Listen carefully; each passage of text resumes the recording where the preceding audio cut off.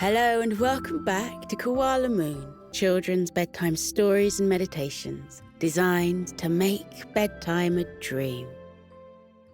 Hector and Sunny's Moonlit Safari by Luke Prendergast.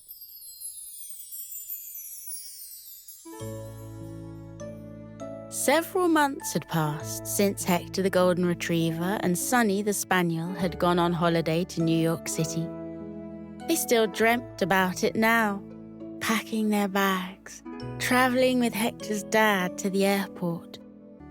Whenever Hector's dad asked them playfully if they fancied going on holiday again, they would bark and yip and run around the kitchen to let him know that yes, they absolutely did. But no plan ever actually materialised. Then one afternoon, Hector and Sunny came in from the garden, where they'd spent a good few hours chasing their own tails in circles and getting into knots, to discover that Hector's dad had taken the suitcases out of the big cupboard where he stored them. "We're going on holiday again," he told them, a big, beaming smile breaking out across his face. "Your owner's coming along too, Sunny. Our old friend Sylvie's from Kenya and she's invited us out to visit. So, we're going on safari." Safari? Hector and Sunny exchanged curious looks. They'd never heard that word before. Safari. And they didn't know what it meant. But they sure were looking forward to finding out. So they packed their bags, each making sure to remember their sunglasses. Hector's dad told them it would be hot where they were going. Their doggy brushes, and plenty of chew toys, just in case they found a few minutes of time to spare here and there. Then they all got an early night, squeezing their eyes tightly shut and willing themselves to sleep, in spite of all the excitement they were feeling. That night, their dreams were filled with airplanes zigzagging across a tiny Earth. The flight took almost 10 hours, so even though they left first thing in the morning, before the dawn sun had even broken over the horizon, it was late afternoon when they landed in Nairobi, the capital city of Kenya. As soon as Hector and Sunny stepped down off the plane, they got hit by a wall of heat. The air seemed to vibrate thickly with it. When they'd picked up their suitcases from the giant conveyor belt, Hector loved grabbing hold of the handles with his teeth and dragging them off. They jumped in a car. They were heading, Hector's dad told them, for a town an hour or so away called Naivasha, which was where his friend Sylvie lived.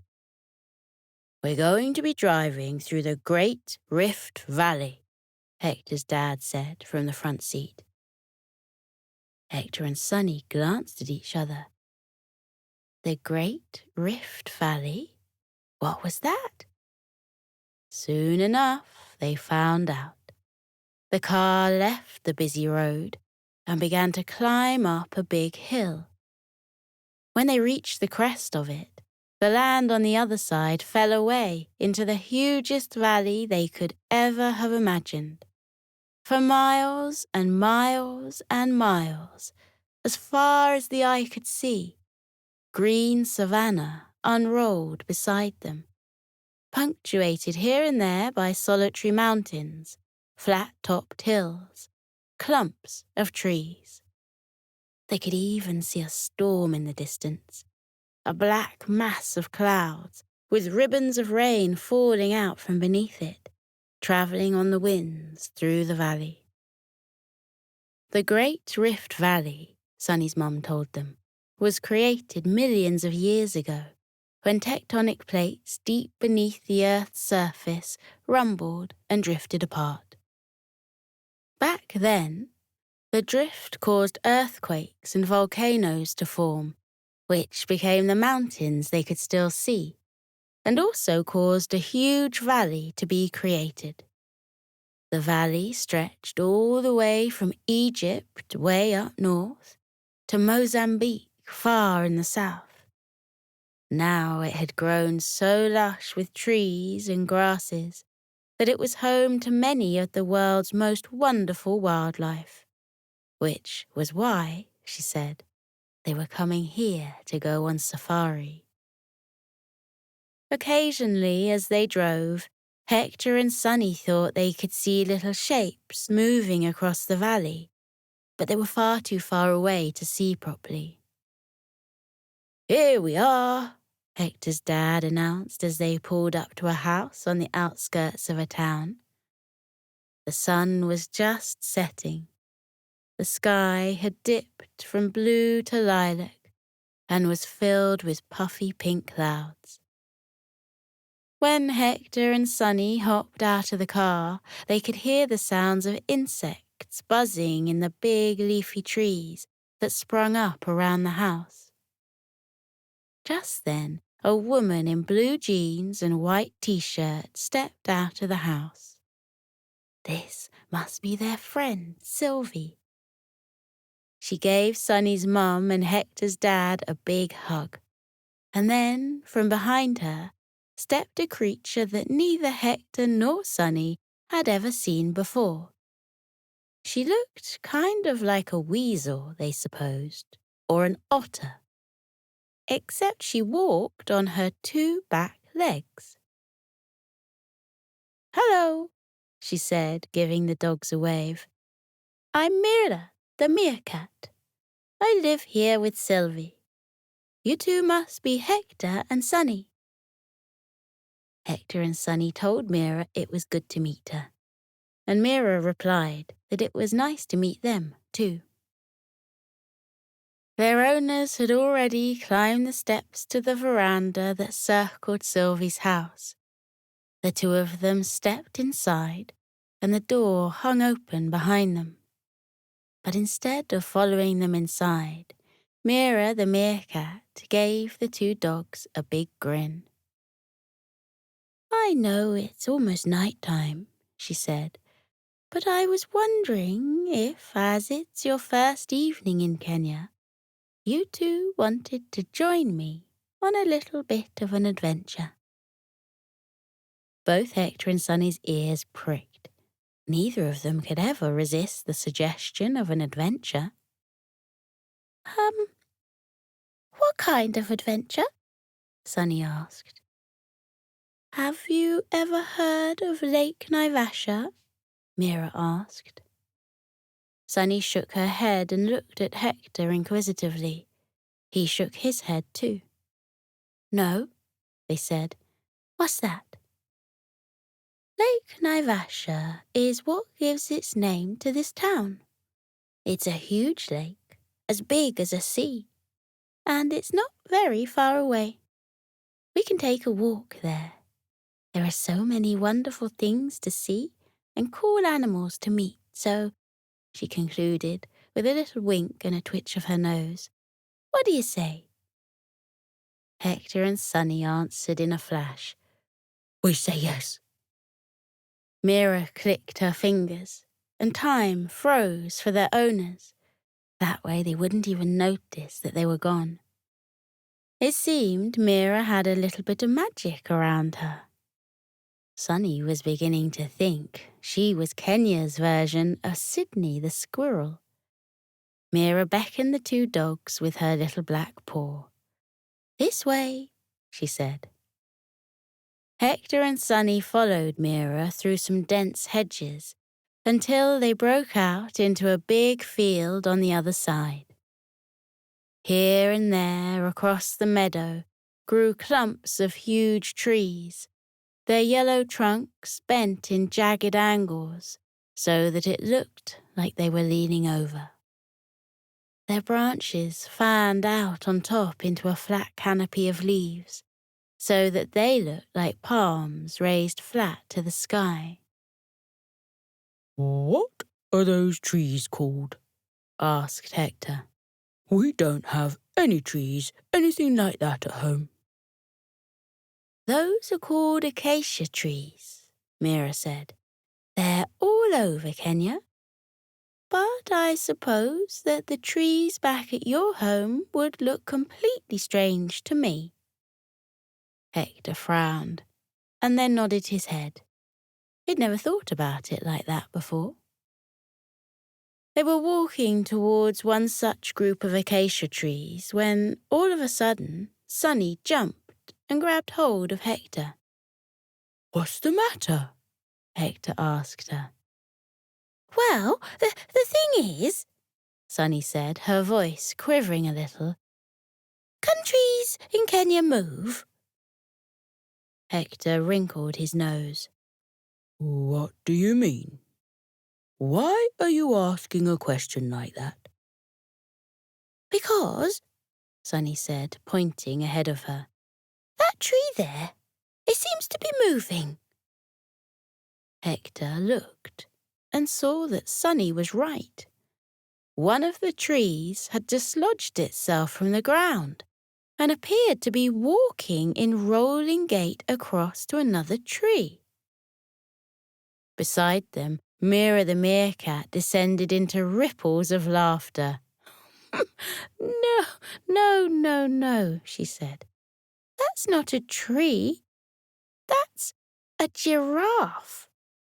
"But you're right," she added.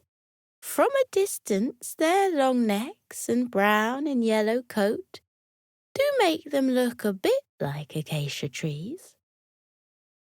Sunny, who had recovered herself, gave a little smile. "That's some good camouflage," she said. "Can we go and meet the giraffe?" "We sure can," said Mira. Mira led them up to the giraffe, who was now stretching his long neck to pluck some leaves from the acacia tree. Mira cleared her throat and said, "Hey there, Twiga." From way, way up high, the giraffe looked down at the noise. He continued to chew the leaf he'd plucked from the tree, his jaw swinging back and forth. Then he took a big gulp. Hector thought he could see the leaf travel all the way down the giraffe's long neck and began to speak to them. "Oh, hello, Mira. I didn't see you all the way down there. I guess my eyesight isn't quite as good as it used to be." Mira pointed up at the sky. "Or it's just getting dark," she said. Twiga the giraffe blinked at the sky, then nodded at her. "You're right. That must be it. And who are these two?" he asked, now blinking at Hector and Sunny. "These are my new pals from England," Mira explained. "Hector and Sunny." Hector and Sunny introduced themselves to Twiga and told him that they'd never met a giraffe before on all of their exciting travels. Twiga told them that he'd never met dogs like them before either. Jackals, yes, and spotted hyenas, but never any dogs with coats such as gleaming and golden as theirs. This made Hector and Sunny both feel very chuffed indeed. Then Twiga looked up into the acacia tree and sighed. "Oh, I'm trying to reach that leaf," he said. "But I just can't get it." And as though to demonstrate, the extra tall giraffe went up on the tips of his hooves and stretched his long neck as long as it would go and stuck his long, rough tongue out as far as he could. But still, he could not reach the leaf. Twiga gave a big sigh. "See?"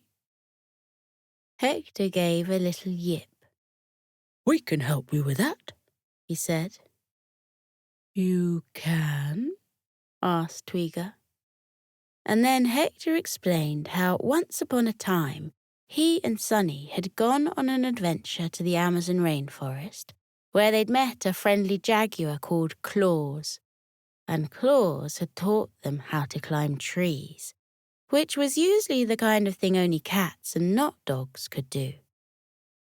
"Look," said Hector, and he extended the claws of his foot, and in a moment he'd climbed all the way up the acacia tree, plucked the succulent-looking leaf from the branch, and dropped it into Tweeger's open mouth. "Wow," said Tweeger as Hector resumed his place back on solid ground. "Thank you." "You're very welcome," Hector said. Mira told Tweeger that she was going to show Hector and Sunny the lake before true darkness fell, and so they waved goodbye to the giraffe and went on their way. The sky had faded from lilac to a deep dark blue, and the cicadas were making their chirruping sounds all around them. They walked through the meadow where herds of impala and antelope, with their beautiful curved horns, folded their legs and laid their heads down to rest for the night. They passed a couple of zebras who swished their tails to say hello. Then, at last, they saw it, the lake. Mira was right. It was huge. A broad, glittering disk of water in which the purple clouds were reflected and wobbled back and forth. All along the water's edge, small trees bowed down as if to drink from the surface. And in the distance, far away on the other side of the lake, they could see the dark silhouettes of mountains. "Welcome to Lake Naivasha," Mira said. Hector and Sunny, who for a moment were left speechless, finally managed to find their tongues and told her it was one of the most beautiful they had ever seen. "Do you fancy a dip?" Mira asked them. Well, they sure did. "Come on then," Mira said, scurrying towards the water. "Just watch out for any hippos." Hippos?" Sunny repeated. Just then, a noise came from the water. A huge, dark shape was rising out of the surface. They could see big nostrils, grey skin, and two little beady eyes. It was a humongous hippopotamus. The hippo gave a big snort, which sprayed water up into the air, and then yawned a big yawn, showing them all its huge set of teeth. "Yup," said Mira, laughing. "Hippos. They can be pretty grumpy," she explained, "so it's best not to get in their way. Come this way." Mira led them along the lakeside, away from where the hippo was bathing in the muddy shallows. "Here's good," she said, and then she performed a graceful little dive and slipped beneath the surface of the silvery water.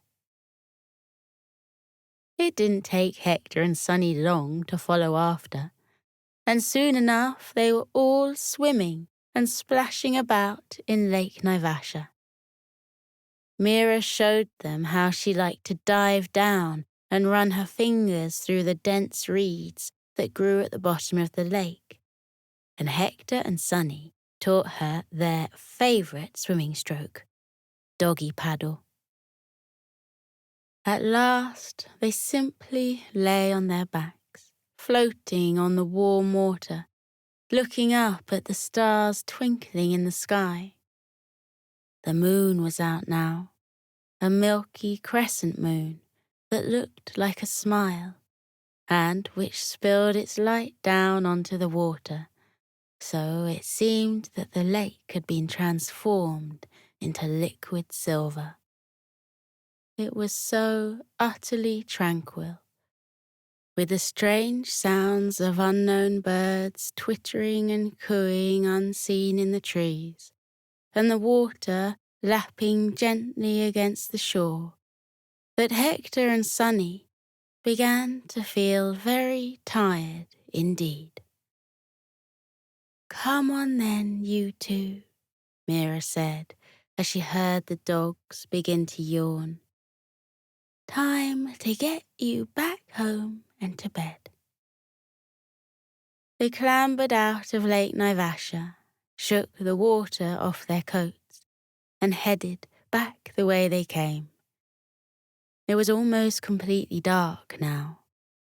The acacia trees were shadowy shapes that only appeared when you got near them, and every now and then they'd come across a sleeping herd of animals, and they'd have to creep around them very carefully indeed. Finally, they reached the end of the meadow where they could pass back through to Sylvie's house. But just as they were passing beneath an acacia tree, they heard a low, growling voice. "Well, good evening there." Hector, Sunny, and Mira looked up into the acacia tree and were a little surprised to see a huge cat lying on one of the branches, with its long tail hanging down and curling into a little point. "Well, hello, Lyra," Mira said. "I didn't see you there."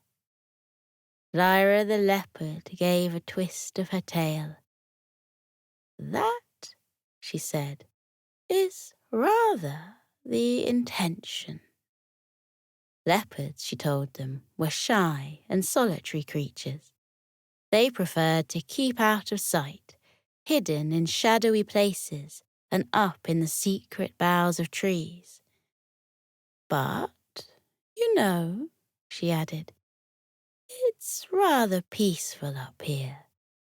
Would you like to come and see?" Hector, Sunny, and Mira said that they would indeed, and up they climbed to perch in the branches next to Lyra the leopard. She was right. It was very peaceful up here, where they could see the nighttime savannah stretching out before them. Mira told Lyra that she'd just taken Hector and Sunny on their first little safari, before their proper one the next day. "Safari," Sunny said, remembering the word from when Hector's dad had used it back home. "What does that mean? Safari?" "Ah," Lyra purred. "Safari is a Swahili word, meaning journey. So whenever you're moving through the savannah here, going on a journey through the landscape, well, you're going on safari." Hector and Sunny were both very pleased to have learnt the meaning of this new word. To thank Lyra for teaching them, Hector pulled out a bag of dog treats which he had tucked beneath his collar, just in case he got peckish. He passed the bag around, and all four of them chewed merrily on the treats as they watched the big, pale moon hang in the sky like a lantern. My, Lyra purred. "Let me tell you, these treats are some of the most delicious things I have ever tasted. I don't think there's a big cat in all of Kenya who wouldn't like the taste of these. Thank you." Hector said that she was very welcome. They sat in the acacia tree for a few minutes longer, nibbling on treats birds and chatting to their new friend Lyra the leopard. Then Sunny let out a very large yawn indeed, and they knew it was time to go back home.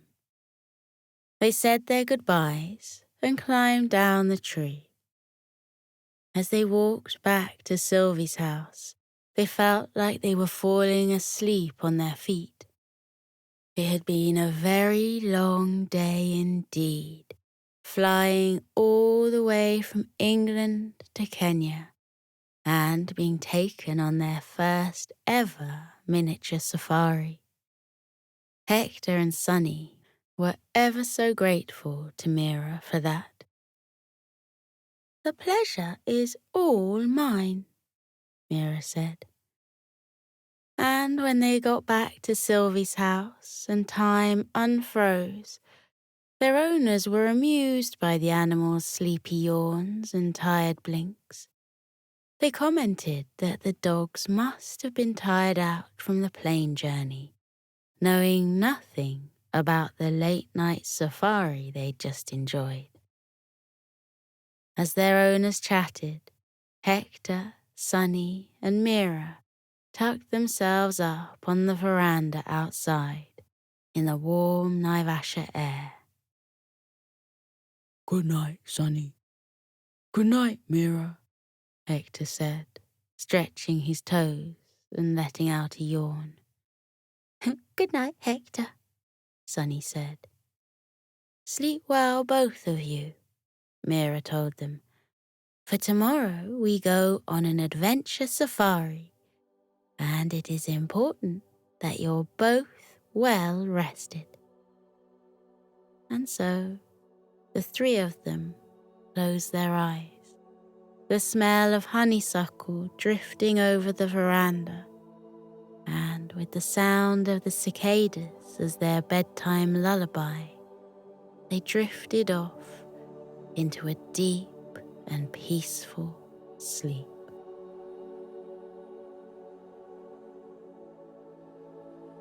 We're drifting towards dreams now, the happiest, loveliest dreams you've ever dreamt. We're calm and cozy. Your breathing is relaxed and you can feel that lovely weight of the blanket keeping you safe and warm. Aren't you comfy? You are so warm and cozy, so sleepy. As you drift into dreams, count all the things you're grateful for.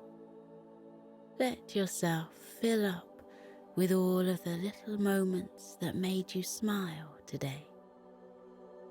See the faces of the people that made you laugh. Think of the things that challenged you. Think of the things you learned and the practice that meant you'll be a little bit better tomorrow than you were today. Think about how warm and cozy and sleepy you are here in your bed. What a day you had. Wonderful things lie ahead for you too. You will have wonderful adventures tomorrow and the next day and the one after that. The whole world is waiting for you. But there's no rush. There's nothing more to do today. All that's left for today is rest, deep, cozy sleep. The most beautiful of dreams are waiting for you now. That's why you're drifting off, gently, into dreamland. So keep breathing slowly. Let yourself get toasty warm. Let your eyelids stay heavy. And know that you are safe. Remember that you are smart, you are brave, you are kind, and you are loved. Think it to yourself. I am smart. I am brave. I am kind. I am loved. You are a dream. When tomorrow comes, you'll face it with a smile, because you are smart, brave, kind and loved. Because you are you, uniquely, wonderfully you. What kind of dream are you drifting towards tonight? You can dream however you want, because your imagination is as wide as the universe. What will you find in tonight's dream? Maybe you'll see your favourite characters. Is that Hector and Sunny over there? Maybe you'll visit the moon, where there's mice eating cheese in the craters. Maybe you'll walk through Sleepy Forest, where Coco the koala is strumming his pink ukulele on the banks of Sleepy River. Let your imagination take you away. Your dreams are all yours, and you deserve the sweetest dreams of all, because you are brave, you are kind, and you are loved. You are brave, you are kind, and you are loved, and you are wonderfully, uniquely you. You are a dream, and it's time to sleep, tucked up in your bed. Breathe slowly and melt into your bed. Isn't it warm and soft and cozy? It's time to rest. Take deep breaths in and out and let yourself relax as you say goodbye to the day. Let your body get even heavier. Let your whole body go floppy. Drift deeper into sleep with every breath and say goodnight. Remember, tomorrow will be a good day because you have a big heart. You are a good friend. You believe in yourself. You know there's nothing better to be than yourself. It's okay to get things wrong. It's okay to ask for help. You can do whatever you set your mind to. Be proud to be different. Be proud of your achievements. Be proud of yourself. You are a good learner. You are a good listener. You are a good example to others.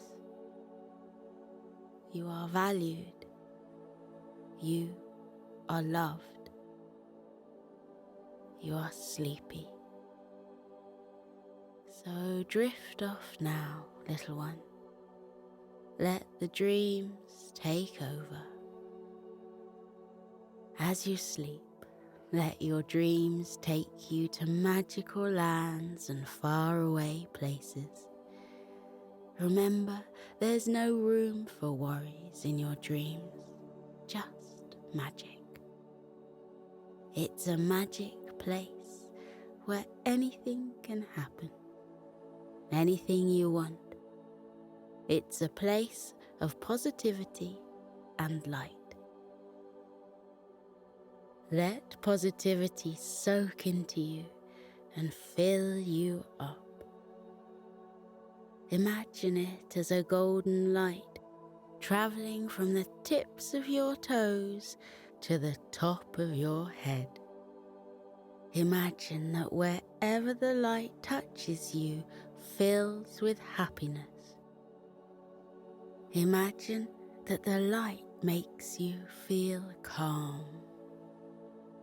You're wrapped in a warm, cozy glow within your soft, toasty blanket. Isn't that nice? You are safe, tucked up tight. So sleep soundly all through the night. Sweet dreams, little one. I'll see you soon.